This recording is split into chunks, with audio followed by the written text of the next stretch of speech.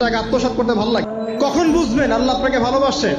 যখন আল্লাহ পাকের অনুমোদিত কাজগুলো আপনার ভালো লাগবে। নামাজ পড়তে ভালো লাগছে, রোজা রাখতে ভালো লাগছে, কোরআন তেলাওয়াত করতে ভালো লাগছে, আল্লাহর জিকির করতে ভালো লাগছে, আলেম ওলামার সাথে থাকতে ভালো লাগছে। ঠিক আছে, আল্লাহর হালাল কাজগুলো যখন ভালো লাগবে বেশি বেশি, বুঝবেন আল্লাহ আপনাকে নির্ঘাত মহব্বত করে। আর যখন আল্লাহ পাকের নিষেধগুলো, হারাম, মদ আমার ভালো লাগে না, জেনা ভালো লাগে না, আমার খারাপ জিনিস দেখতে ভালো লাগে না, খারাপ শুনতে ভালো লাগে না, বুঝবেন আল্লাহ আপনাকে ভালোবাসে।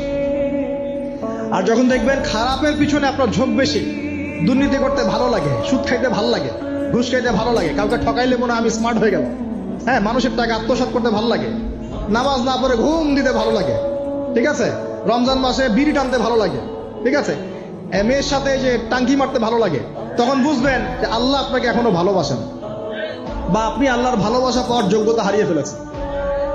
আল্লাহ পাক আমাদেরকে বোঝার তৌফিক দান করুন।